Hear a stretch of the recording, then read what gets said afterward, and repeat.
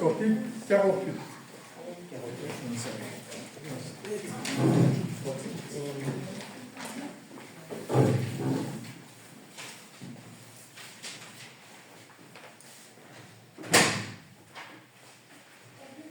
Tu créas les cieux et la terre, la nuit, le jour et la lumière. Je regarde et je reste toi, rien n'est sans toi. Le soleil, les fruits de l'automne, c'est ton amour qui nous les donne. Pour notre bien, c'est ton octroi, rien n'est sans toi. La gloire auguste, tu la voiles, sont reflétées dans les étoiles. Là tout obéit à ta loi, rien n'est sans toi. Pourquoi te souviens-tu des hommes, des pauvres pécheurs que nous sommes? Pourquoi te souviens-tu de moi? Rien n'est sans toi. Oui, tu nous accordes ta grâce, au ciel nous garde une place. Christ régnant nous, il est le roi, rien n'est sans toi. Avant la lecture, le 47, cantique 47.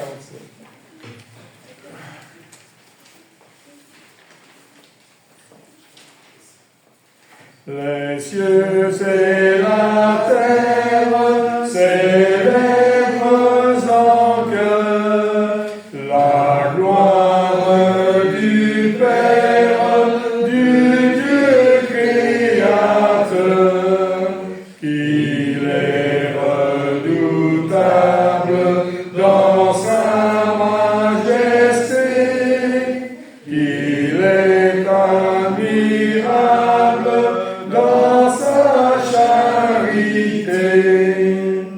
C'est lui qui nous donne le printemps joyeux, les fruits de l'automne, l'été radieux, largesse infinie que rien ne tarit, sa main rassasie tout être qui vit.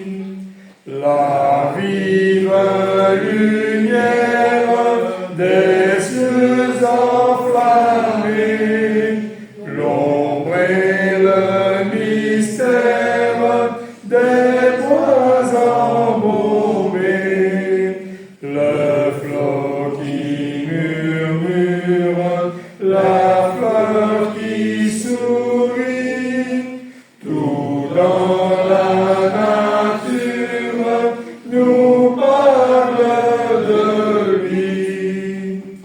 Mais ô Dieu suprême, plus que tout est don, c'est ton amour même que nous adorons.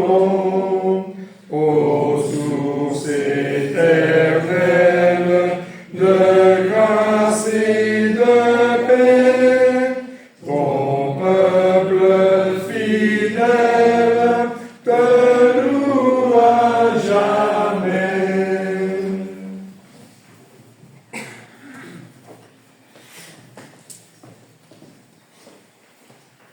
Dans l'étude de ce matin, je vais prendre un passage au psaume.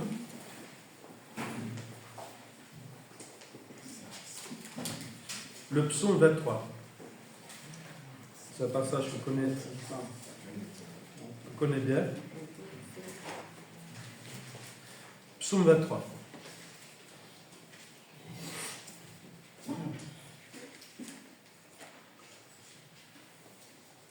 L'Éternel est mon berger, je ne manquerai de rien.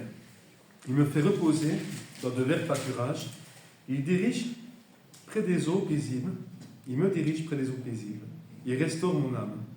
Il me conduit dans les sentiers de la justice à cause de mon nom, de son nom. Quand je marche dans la vallée de l'ombre de la mort, je ne crains aucun mal, car tu es avec moi. Ta houlette et ton bâton me rassurent. Tu dresses devant moi une table en face de mes adversaires. Tu ouaies d'huile ma tête et ma coupe déborde. Oui, le bonheur et la grâce m'accompagneront tous les jours de ma vie. Et j'habiterai dans la maison de l'Éternel jusqu'à la fin de mes jours. Prions. Père éternel, nous voulons, Seigneur Tout-Puissant, avant toute chose, Père, te dire merci. Merci, Père, pour l'amour dont tu nous as aimé le premier, Père. Nous voulons simplement, à travers ces lectures, Père, à travers ta parole, trouver une source de confiance, d'encouragement, à travers ces paroles, Père, que nous en avons besoin chaque jour que tu fais, Père, dans les épreuves, dans nos tentations, Père, dans nos maladies, dans tout ce que nous pouvons traverser, Père. Nous savons, Père, que ta parole est là pour nous encourager, pour nous renforcer, pour avoir confiance en toi, Père. Nous voulons encore une fois de plus te remercier pour ces paroles salutaires, Père, qui nous aident, Père, à trouver la force qu'il faut pour surmonter chaque épreuve, que ce soit, peu importe le malheur, peu importe l'épreuve, Père, mais ta parole est là pour nous instruire, nous encourager. Merci pour tes bienfaits, tes nombreux bienfaits. Merci pour ton Fils Jésus-Christ, Père, car toutes ces choses sont possibles par le moyen de ton Fils Jésus-Christ. Car tu nous as tant aimés, Père, que tu aurais ton Fils Jésus-Christ mourir pour nous, Père. Merci pour cette grâce que tu nous communiques à travers ta parole. Et c'est dans le précieux nom de ton Fils Jésus-Christ que nous voulons une fois de plus ce prix te remercier. Amen. Amen.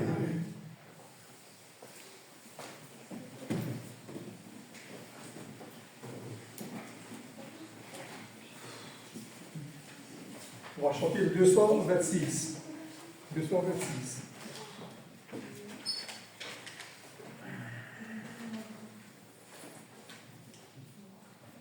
En toi seul régnerait la vie, en toi seul que je me plais, en toi seul mon cœur se confie, maintenant à jamais. Je ne puis trouver dans ce monde la paix éternelle et profonde. Sur toi, Seigneur, elle se fonde. En toi seul est ma paix. C'est ton amour impérissable qui nous soutient jour après jour. Dans ta tendresse intarissable, tu t'offres sans retour. Tu es latence, mon unique, que tu laisses à ton Fils unique mourir dans la honte publique. En toi seul est l'amour. En toi, Seigneur, mon cœur espère.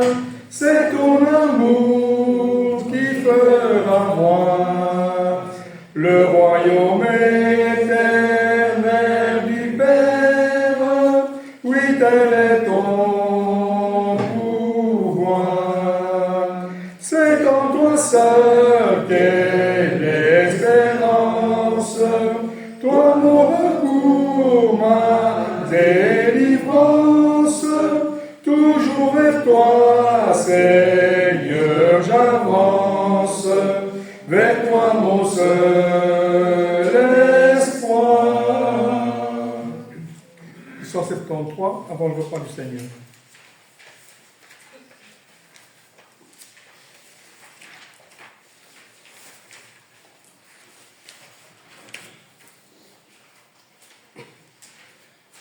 Venez contempler au calvaire le Christ souffrant et méprisé. Voyez le bien-aimé du Père, le corps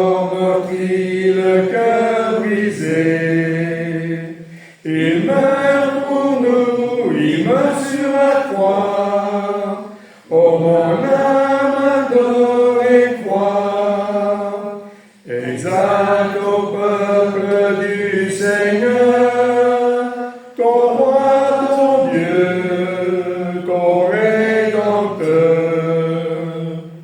Voyez le couronné d'épines, il est navré pour nos forfaits. Ô grâce aux charités divines, qui pour vous sont déjà jamais. Il meurt pour nous, il meurt sur la croix. Ô mon âme, adore et crois. Exalte au peuple du Seigneur, ton roi, ton Dieu, ton Rédempteur. Écoutez sa voix qui supplie. Père, dit-il, pardonne-leur. À ça pour nous aussi qui prie. C'est pour moi qui suis un pécheur. Il meurt pour nous, il meurt sur la croix. Ô mon âme, adore et crois. Exalte au peuple du Seigneur, ton roi, ton Dieu, ton Rédempteur.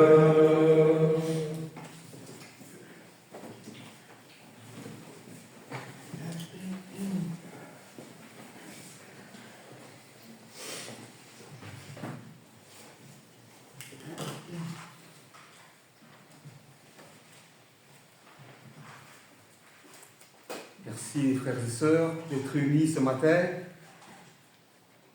et de pouvoir partager le repas du Seigneur qui est un moment important dans le culte et rendre hommage à notre frère Jésus-Christ pour tout ce qu'il a subi pour nous, pour la place qu'il a prise sur la croix, alors que c'était nous qui devions être condamnés.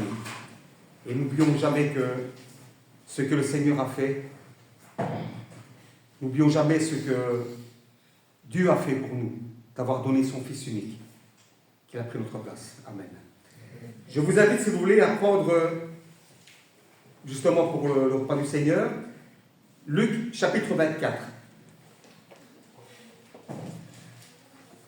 À partir du verset 13,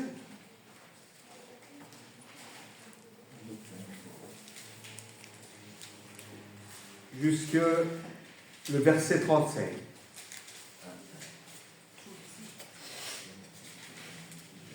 Luc 24, à partir du verset 13 jusqu'au verset 35.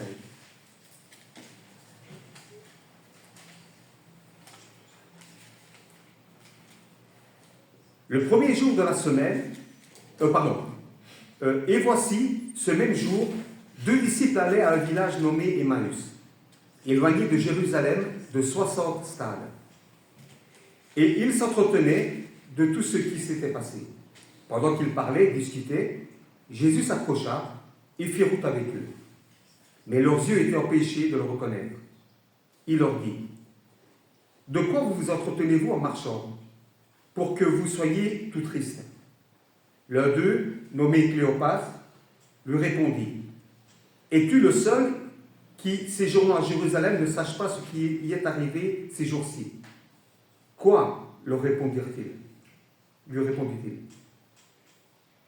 Ils lui répondirent ce qui est arrivé au sujet de Jésus de Nazareth, qui était un prophète puissant en œuvre et en parole devant Dieu et devant tout le peuple, et comment les principaux sacrificateurs et nos magistrats l'ont livré pour le faire condamner à mort et l'ont crucifié. Nous espérions que ce serait lui qui délivrerait Israël. Mais avec tout cela, voici le 3e jour que ces choses se sont passées. Il est vrai que quelques femmes d'entre nous nous ont fort étonnés. S'étant rendues de grand matin au sépulcre et n'ayant pas trouvé son corps, elles sont venues dire que des anges leur sont apparus et ont annoncé qu'il est vivant. Quelques-uns de ceux qui étaient avec nous sont allés au sépulcre et ils ont trouvé les choses comme les femmes avaient dit, mais lui, ils ne l'ont point vu. Alors Jésus leur dit, ô hommes sans intelligence et dont le cœur est lent à croire tout ce qu'ont dit les prophètes, ne fallait-il pas que le Christ souffre de ces choses et qu'il entrât dans sa gloire?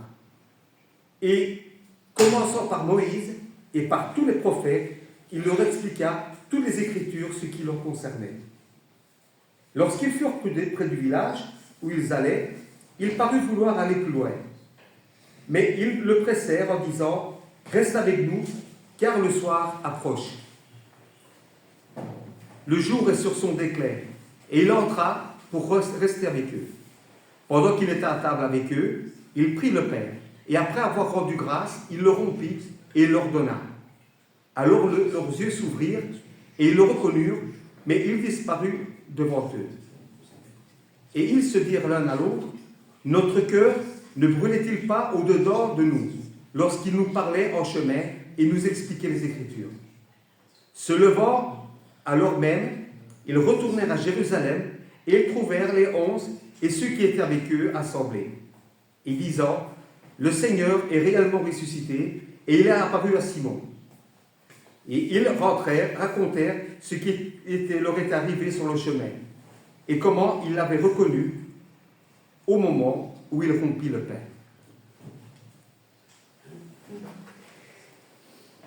À toi soit la gloire, notre Père Tout-Puissant, notre Père bien-aimé. Nous tous, tes enfants, nous te remercions pour le don de ton Fils unique, notre frère bien-aimé Jésus-Christ. Car il a fallu qu'il vienne dans ce monde avec ta permission, notre Père bien-aimé. Parce que nous étions tous perdus, nous étions errants. Il est venu ici nous regrouper comme le bon berger regroupe ses brebis. Nous te remercions, notre Père. Nous te demandons pardon encore pour tous nos offenses et nos faiblesses, car nous en avons. Nous te demandons, notre Père, de pouvoir être digne de prendre ce repas et de ne pas prendre le repas n'importe comment, notre Père. Nous devons nous rappeler ce que ton Fils a fait pour nous. C'est pourquoi, notre Père, depuis la chambre haute, ton Fils bien-aimé Jésus-Christ, notre frère bien-aimé, nous a demandé de partager ce pain qui représente son corps. Merci pour tout, notre Père, et c'est en son nom que nous te remercions. Amen. Amen.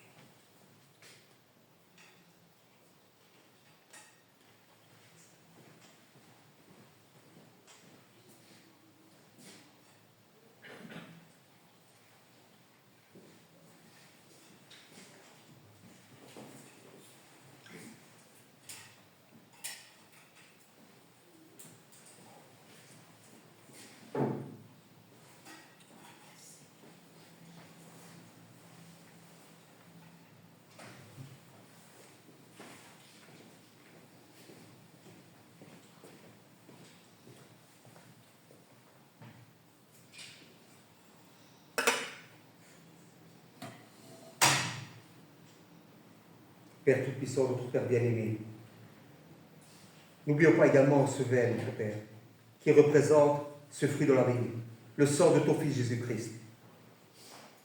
Ce sang, notre Père, qui a coulé sur la croix, ce sang qui a servi à pouvoir passer de l'ancienne alliance à la nouvelle alliance.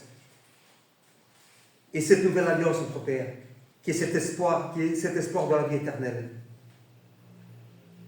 Il a fallu que ton Fils soit crucifié, qu'il souffre sur la croix, afin de nous donner cet espoir. Nous te demandons, notre Père, de pouvoir continuer à grandir dans la foi et dans les œuvres, afin que ton Fils ne soit pas venu en vain, notre Père. Nous avons encore beaucoup de travail sur cette terre, mais avant toute chose, notre Père, nous devons reconnaître nos fautes et dire que nous sommes pécheurs, notre Père. Nous te demandons encore merci. Nous te disons encore merci pour cette grâce que tu nous donnes. Ce cadeau ineffable, notre Père. Merci pour tout. Et c'est toujours au nom de ton Fils unique, notre frère bien-aimé, que nous te prions et remercions. Amen. Amen.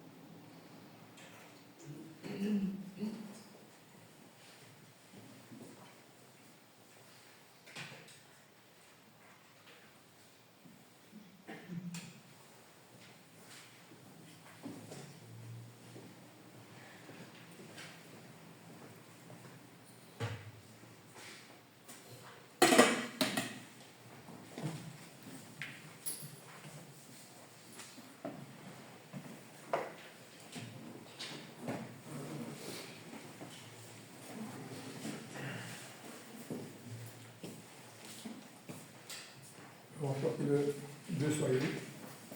2 soyez.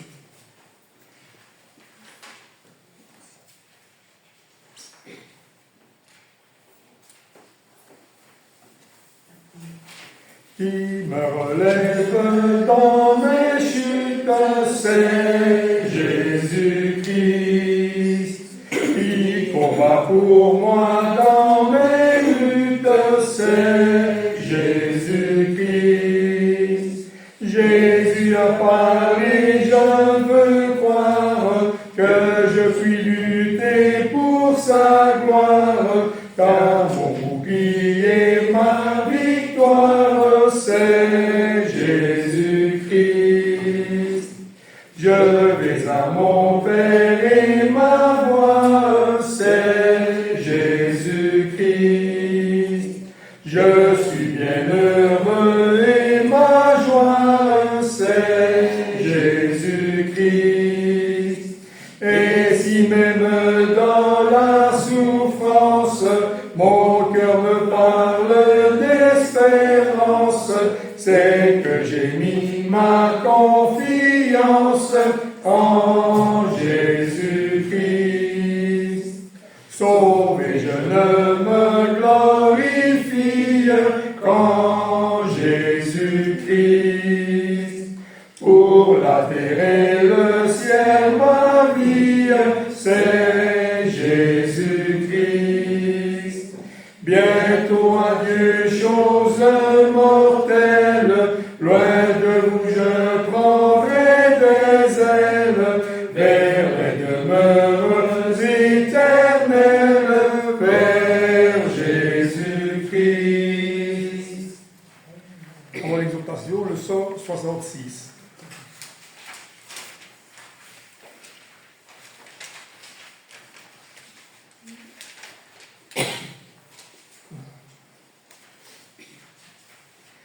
Agneau de Dieu, messager de la grâce, je veux entendre ta voix, le langage de la croix. Pour toi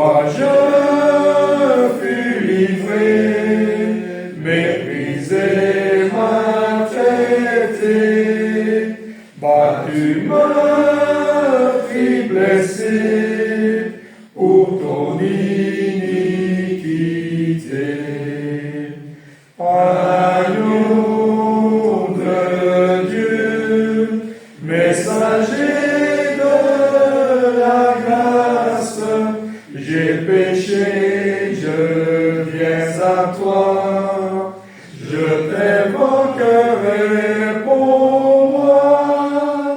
Pour toi je fus brisé, d'épines couronné, de tous abandonné, frappé pour ton péché. Agneau de Dieu, messager de la grâce, ô fais passer sur mon cœur tout ton sang divin sauveur. Mon côté fut percé et mon sang fut versé. Dans ce sang ton passé pécherait effacé.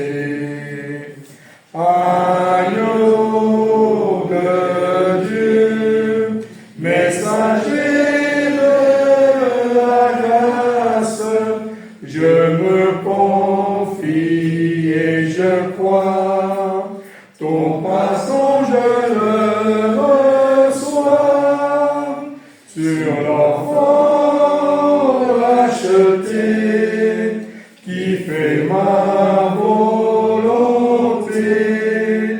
je mets ma sainteté, ma divine bonté.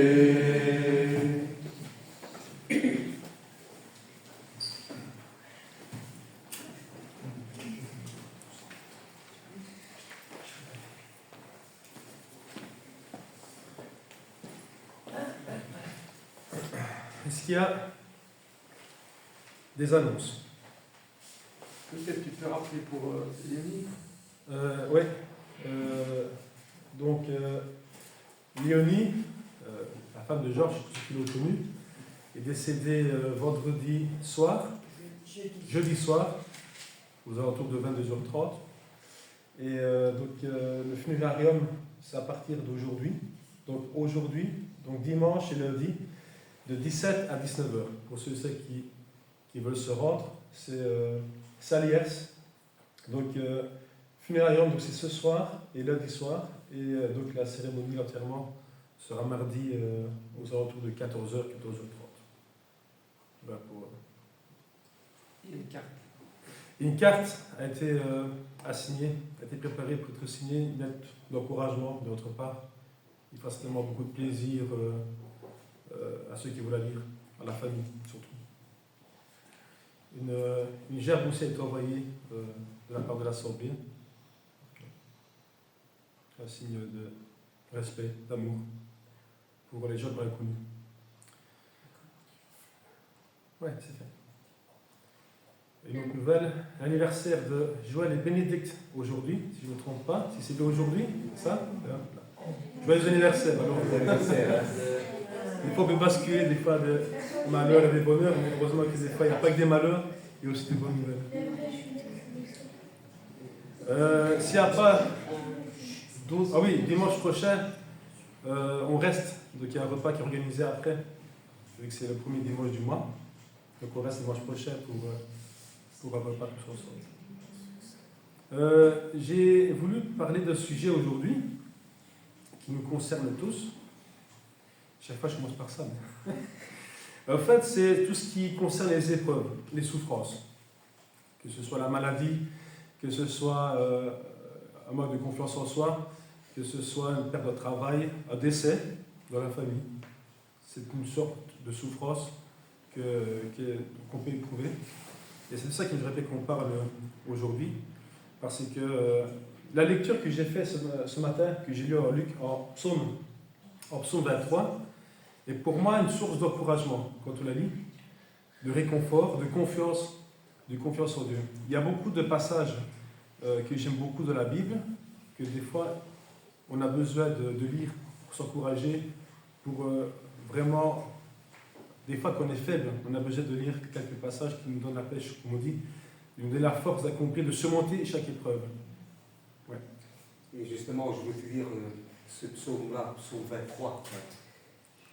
C'est un de mes préférés, donc, et quand je n'arrive pas à trouver sommeil, je me remémore ce psaume-là et je me relève dans la cour. Et ça me permet. On a tous de s'apaiser, de s'encourager, de trouver un calme. Ouais.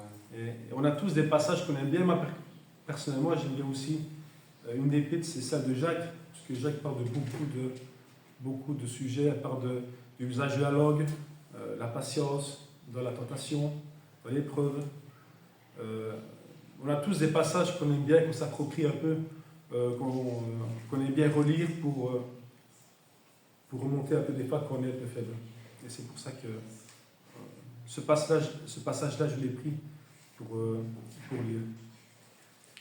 Et aussi, un des exemples majeurs qu'on trouve dans la parole de Dieu, forcément c'est Jésus qui lui a supporté beaucoup de choses. Si lui a eu des souffrances, et on sait à quel point, et à travers la parole de Dieu, on ne peut pas vraiment s'imaginer à quel point ce que lui a vraiment vécu, ce qu'il a vraiment supporté. Nous, on le voit à travers sa parole, à travers la parole de Dieu, pardon. On voit les souffrances par lesquelles il a dû passer, supporter. Mais je pense que pour passer à travers toutes ces souffrances, je pense, et il devait avoir une confiance immense en son Père, en son Dieu, pour pouvoir surmonter ces épreuves-là. Parce que n'importe qui verrait une personne souffrir de cette sorte, dirait, une personne qui n'a pas d'espérance, en tout cas, dirait, cette année, elle est foutue. Pourquoi est-ce qu'il se permet encore de se battre, de résister en tout cas, de ne pas blasphémer, de ne pas rendre le mal pour le mal, on va dire. Une personne aujourd'hui qui subit une injustice, il aura tendance à se défendre, ce qui est logique. Mais quelqu'un qui subit les injustices de quelqu'un d'autre et qui lui-même ne se défend même pas, on peut dire par quoi il est motivé pour supporter toutes ces choses, même si ces choses-là ont été atroces. Le fouet, on l'a mis une couronne d'épines sur sa tête, on s'est moqué de lui, on l'a mis devant tout le monde, les gens se sont moqués de lui. Et toutes ces choses-là, Jésus l'a subi parce qu'il savait pourquoi il les faisait, pourquoi il avait confiance en Dieu. Pourquoi il savait, on voit un passage en Matthieu 17, versets 22-23, où on voit que Jésus parle à ses disciples et il dit comme ça que il y a un moment où le Fils de Dieu va souffrir. Il va être arrêté, il va souffrir, ils vont le tuer, mais il va ressusciter. Je pense que c'est ça aussi qui a donné confiance aussi, qui peut donner confiance dans l'épreuve pour pouvoir persévérer, pour qu'on sait que Dieu est avec nous. En fait. C'est là aussi qu'il donne aussi la confiance en nous, c'est aujourd'hui à travers sa parole, la parole ici, c'est ce qui nous donne confiance, c'est tout ce qui peut encore nous encourager dans les épreuves. Je pense qu'il est plus intéressant d'avoir confiance en Dieu comme certains qui ne croient pas en Dieu, mais qui croient en eux-mêmes peut-être. Mais je pense qu'il est plus efficace de placer la confiance en Dieu que de la placer en soi-même. Pourquoi ? Parce qu'en soi-même, ça veut dire que je vais me baser sur mes propres capacités. Mes propres capacités sont limitées, forcément. Mais celles de Dieu ne sont pas limitées. D'où l'avantage déjà de placer sa confiance en Dieu, pour n'importe quelle épreuve. Déjà un atout majeur qui est déjà plus important que de me placer en moi-même, mais de me placer en Dieu. Imaginons aujourd'hui maintenant l'homme, toute personne qui serait capable de placer sa confiance en Dieu, tout ce que l'homme pourrait réussir à faire. Aujourd'hui, c'est ça qui est le point majeur, c'est qu'aujourd'hui, quand il y a des épreuves, beaucoup baissent les bras. Et je peux comprendre la difficulté est là. Après, où est-ce qu'elle est ma source d'encouragement à moi pour pouvoir contrer toutes ces épreuves, tous ces bâtons dans les roues qu'on peut rencontrer dans la vie, que ce soit, comme on a dit plus haut, c'est n'importe quel problème qui peut avoir, une maladie, une perte d'emploi, un problème, un décès, peu importe, mais qu'est-ce qui va me renforcer, à m'aider à surmonter chaque épreuve. C'est là en tout cas, c'est ce que le chrétien devrait avoir la conscience d'esprit de se dire, j'ai le Seigneur avec moi, que peut me faire un homme. C'est un passage que Paul dit, je pense. Donc, si le Seigneur est avec moi, que peut me faire un homme? Alors oui, on peut craindre la douleur charnelle, on peut avoir peur de perdre des gens qu'on aime bien, par exemple. Une situation, un confort, un travail. qui permettent d'avoir une bonne situation, on peut perdre ça. Mais encore une fois, où se place notre priorité dans la vie? Est-ce qu'elle se place dans le matériel ou est-ce qu'elle se place pour la vie éternelle? Et un passage que j'aime beaucoup aussi, c'est là où il y a ton trésor, là aussi sera ton cœur. C'est comme ça que là où je place mes priorités, là je vais mettre toute mon énergie en quelque sorte. C'est là que je vais baser ma vie autour de ça. Là, est-ce que mon trésor, c'est ici sur terre, ou est-ce que mon trésor, c'est ce qui m'attend, ma vie éternelle? Là où je vais baser ma confiance en Dieu ou en l'homme, dans un objet, ou dans un confort, tout simplement. Alors on va dire, oui, il y a des épreuves, mais on ne peut pas toujours être au top pour surmonter chaque épreuve. Mais comme on vient de parler, je pense que le chrétien, s'il comprend bien, s'il s'imagine bien, je pense qu'il n'y a auprès de Dieu aucune faille. Pour celui, encore une fois, qui met sa confiance en Dieu.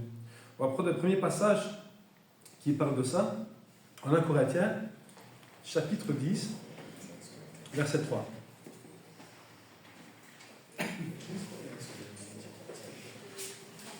1 Corinthiens, chapitre 10, verset 13, pardon.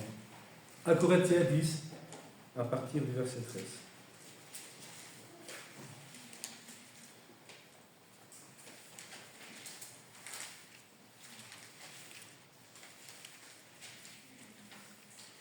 Aucune tentation ne vous est survenue qui n'ait été humaine.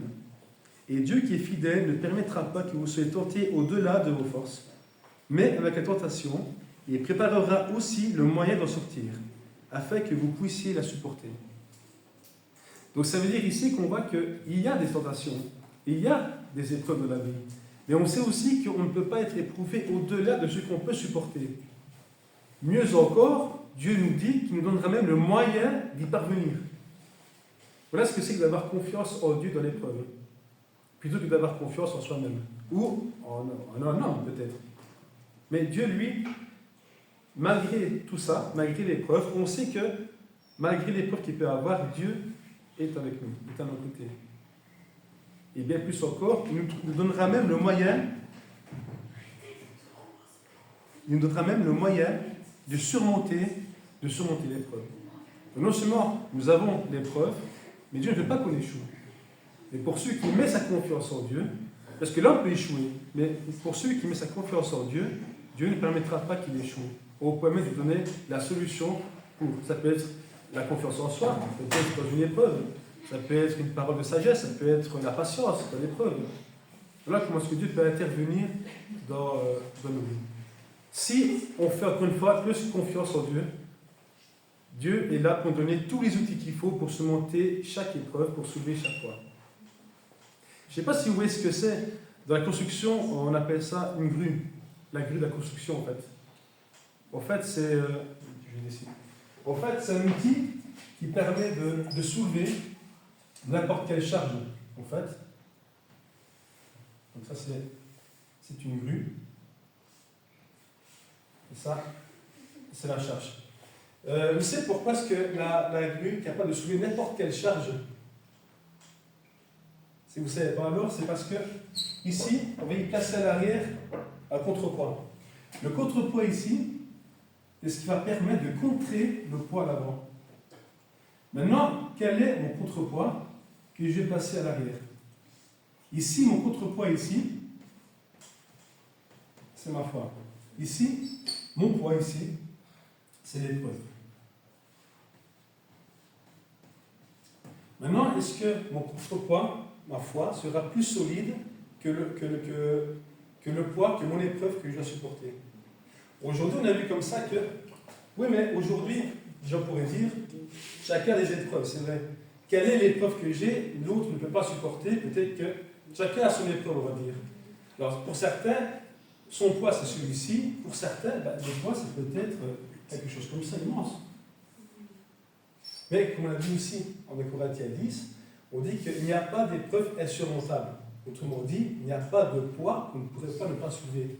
C'est-à-dire que si mon épreuve est plus forte, mon contrepoids doit être forcément beaucoup, beaucoup plus fort. Ce qui va me permettre de contrer mon épreuve.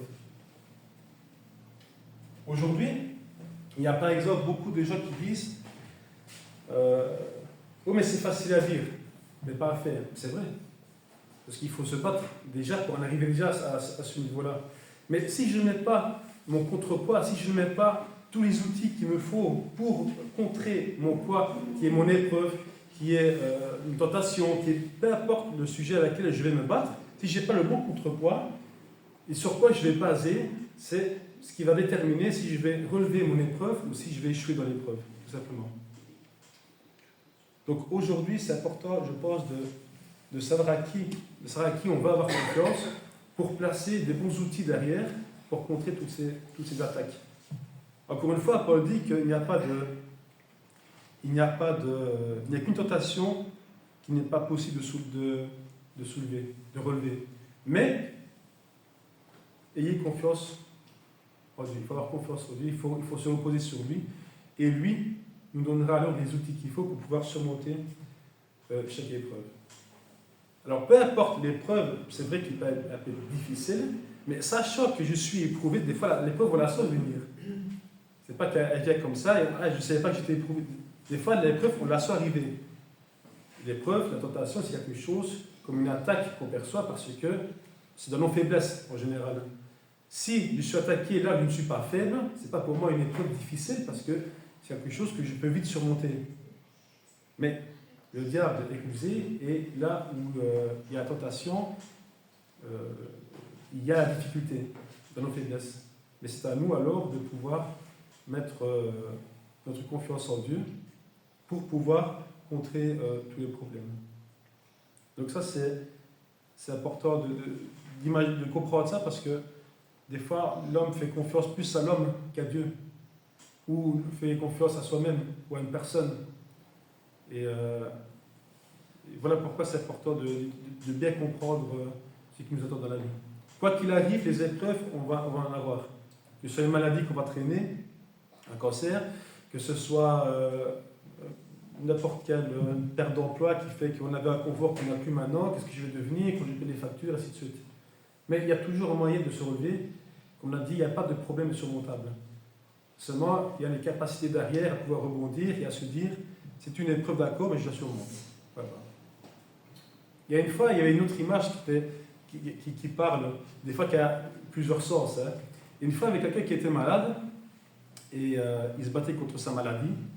Et la personne à côté lui dit comme ça, il ne faut pas soigner la maladie, il faut soigner le malade pour qu'il s'en sorte. Ça veut dire comme ça que si on soigne, et on dit ça, si on soigne la maladie, vu qu'on soigne la maladie va se porter de mieux en mieux. Donc c'est pas ce qu'on va rechercher. Mais si on soigne le malade, l'homme va prendre de plus en plus de force pour contrer, il sera plus fort pour contrer sa maladie. Ici, l'homme malade, c'est l'homme qui est éprouvé, c'est sa foi. La maladie, c'est l'épreuve qui va surmonter. Maintenant, est-ce que sa maladie va surmonter le malade, ou est-ce que c'est le malade qui va surmonter sa maladie? Tout dépend de quel point de vue on se met. Aujourd'hui, il n'est pas évident encore une fois, parce qu'on a chacun et chacune des épreuves, tout le monde passe par des moments difficiles. Aujourd'hui, il y en a qui sont dans la peine, dans le deuil, on connaît. C'est une épreuve pour eux, mais certains, avec la grâce de Dieu, y arriveront. Ceux qui peut-être ont des difficultés, peut-être parce qu'ils ne placent pas leur confiance en Dieu, pour eux, ils voient ça comme un échec, comme un néant après, comme quelque chose de négatif, comme quelque chose peut-être qu'ils ne pourront même pas surmonter un jour. Certains font même une dépression, parce qu'ils n'arrivent pas à mettre les bons outils pour contrer ces choses-là. Toutes choses ne sont pas faciles, mais toutes choses sont surmontables. C'est quelque chose d'avoir la confiance en Dieu, c'est de pouvoir, quand l'épreuve est là, baser notre foi, notre confiance en Dieu. Je vais terminer par un petit passage en psaume 145, pardon.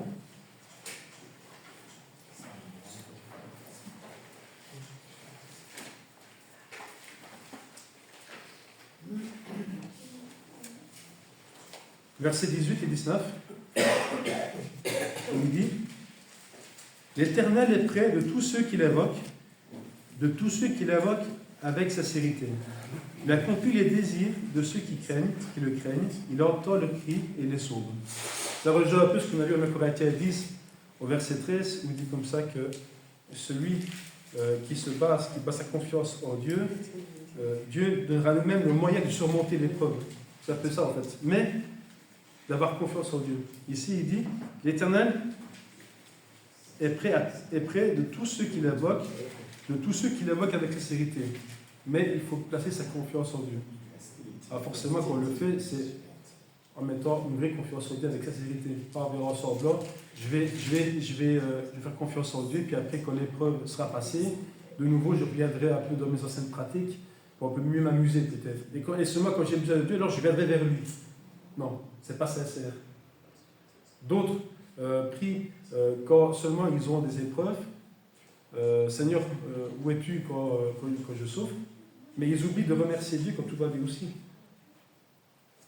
La confiance en Dieu, c'est pas seulement quand tout va mal, mais aussi quand tout va bien. Mais avec sincérité, quand on s'approche vers Dieu, je pense que c'est... Dieu voit le cœur des gens de toute façon, donc Dieu ne va pas savoir si je viens ici par intérêt ou pas. Et puis de toute façon, le perdant sera quand même moi. Parce que si je viens par intérêt devant le Seigneur quand tout va bien, ou quand tout va mal, ben, tout le monde sait faire ça. Mais c'est quand tout va bien, c'est aussi dire merci à Dieu en fait. La confiance, ce n'est pas une confiance qu'on place seulement quand on a besoin de quelqu'un, mais parce que je sais bien que nous, en fait, l'épreuve, ce n'est pas que nous avons une preuve une fois de temps en temps. C'est que nous sommes ici, comme Jésus a dit en Jean 17, nous sommes dans le monde, mais nous ne sommes pas du monde. Ça veut dire comme ça que jusqu'au jour où nous avons donné notre cœur à Dieu, jusqu'au jour où le Seigneur viendra le prendre, ben, nous serons remplis d'épreuves dans notre vie. Maintenant, c'est à nous de combattre toute notre vie. Ce n'est pas à un moment donné où je passe ma foi en Dieu seulement quand j'ai besoin. C'est à un moment donné où toute ma vie, j'aurais besoin de passer ma confiance en Dieu. Pour avoir la foi tous les jours, de pouvoir surmonter chaque épreuve l'un après l'autre.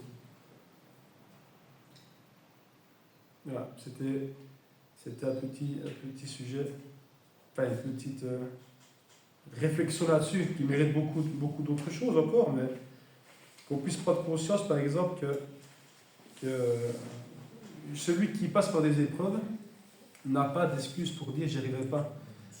Aujourd'hui, encore une fois, je parle pour celui qui place sa confiance en Dieu, et je pense qu'il n'a rien à craindre, parce que Dieu ne permettra pas que ça arrive. Alors, si on parle déjà d'un bon sentiment, où on sait que Dieu est avec nous, auprès de nous, pour nous aider un peu à soulever chaque épreuve, à nous donner les outils qu'il faut pour contrer toutes ces choses-là dans la vie, je pense qu'il n'y a aucune difficulté, je pense qu'il n'y a même pas à avoir de crainte. Je pense que ça peut avoir comme une assurance.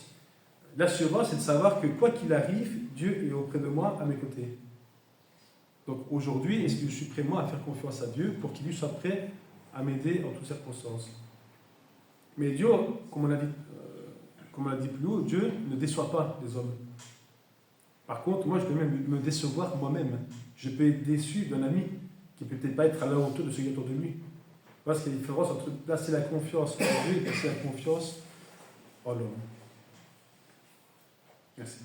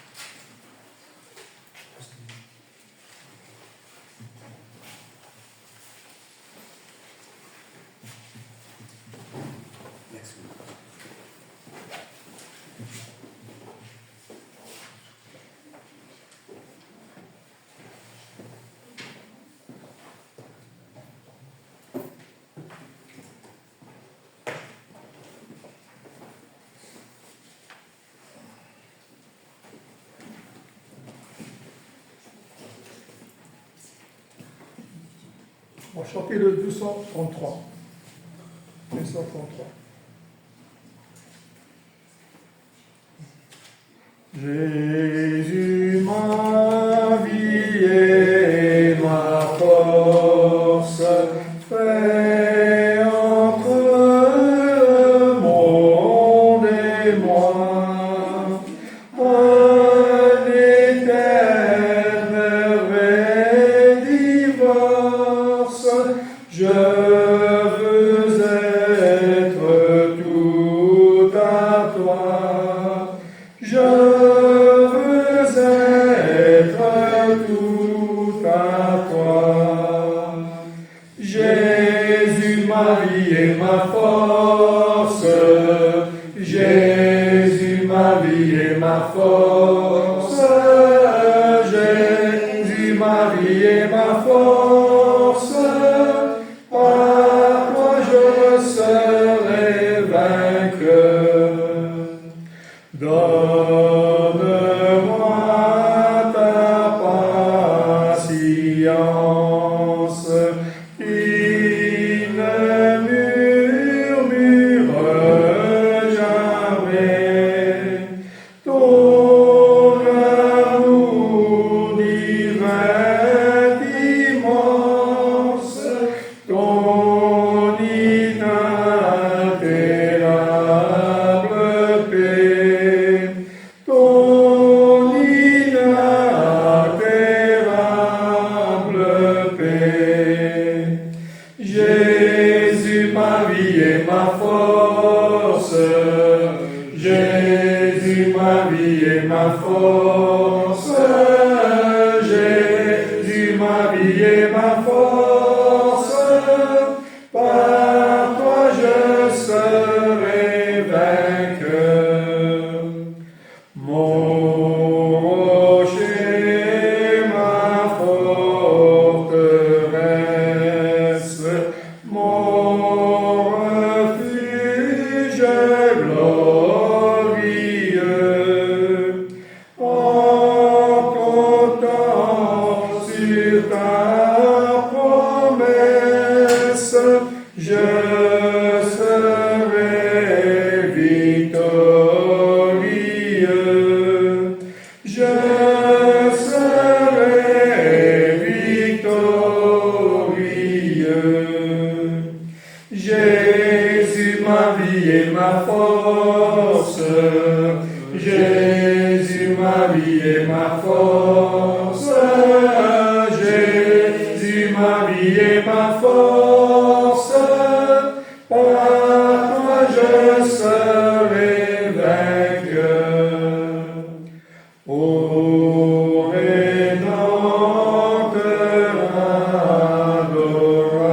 adorable, consacrons tout aujourd'hui, moins que tout serait coupable, serait indigne de lui, serait indigne de lui. Jésus, ma vie et ma force. Jésus, ma vie et ma force. Jésus, ma vie et ma force. Par toi je serai vainqueur. Et avant la prière, le 230.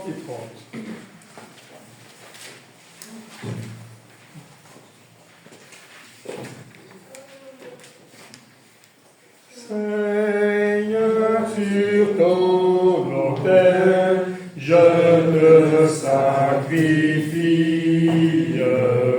mon pauvre cœur mortel, mes biens et ma vie, sans souci, sans remords, j'y mets mon pauvre corps, mes succès, mes efforts, je te les confie.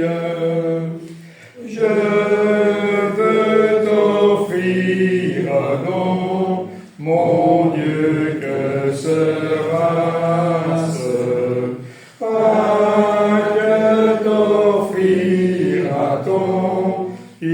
soit efficace.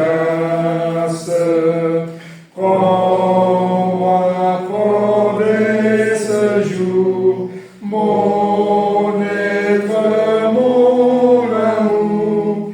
Je ne cherche en retour que ta sainte grâce. Si j'offre tous mes biens, tout ce que je gère, ils sont déjà les tiens, l'offrande est légère. Mon Dieu, tout est à toi, que t'offrir au roi. Je suis peu, mais prends-moi, je t'aime, ô mon Père. On va prier. Seigneur, notre Père Céleste, que nous chanter, nous t'aimons, Père, et nous t'adorons. Car tu es l'Éternel, le Tout-Puissant, Créateur de toutes choses, Père. Tu as tout créé par ton Fils Jésus-Christ, le monde et tout ce qui est présent. Père éternel, te remercions pour le don de ton Fils Jésus-Christ et pour cette espérance que tu nous donnes en ton Fils Jésus-Christ, Père, c'est-à-dire la vie éternelle. Il s'est donné sur la croix à cause de nos péchés. Il est venu volontairement, Père, se donner en sacrifice. Il a ainsi parfaitement accompli ton plan de rédemption, d'amour et généreux, Père, que tu avais poursu, sachant que l'homme était perdu à cause du péché. Mais en lui, Père, maintenant, tu as plié nos péchés sur cette croix, Père, et tu nous as donné l'espérance de la vie éternelle. Nous aussi, Père, te demander avec nos frères et sœurs, Père, chacun, Père, tu connais nos faiblesses et tu connais notre force aussi. Nous te demandons, Père, de nous aider tous les jours de notre vie, Père, à pouvoir surmonter chaque épreuve qui peut se présenter à chacun d'entre nous et surtout ne jamais baisser les bras, Père. Et comme il a été dit ce matin à la prédication, Père, que nous pouvons avoir cette foi, Père, qu'elle soit assez forte pour surmonter toutes ces épreuves. Nous aussi, pour avoir une pensée pour notre sœur Hélène, Père, et notre sœur Conforte aussi pour ma mère, Père, mais aussi, Père, nous aussi avoir une pensée pour Georges, pour la perte de son épouse, et pour Rebecca, Père, qui a perdu sa maman. Bonsoir pour notre hommage et notre adoration. Merci pour toutes tes bénédictions, merci pour ton amour, merci pour tout ce que tu nous donnes tous les jours. Et nous te demandons, Père, d'être avec nous pendant cette semaine et de nous aider, Père, à toujours avoir les regards fixés sur ton Fils Jésus-Christ, Père, sur cette croix, Père, dans laquelle elle a été pendue, Père, et aussi, Père, mais aussi pour sa résurrection, Père. Merci pour toutes choses. Bonsoir pour notre hommage et notre adoration. Et pour notre Fils Jésus-Christ, nous t'en prions, nous te rendons grâce. Amen. Amen.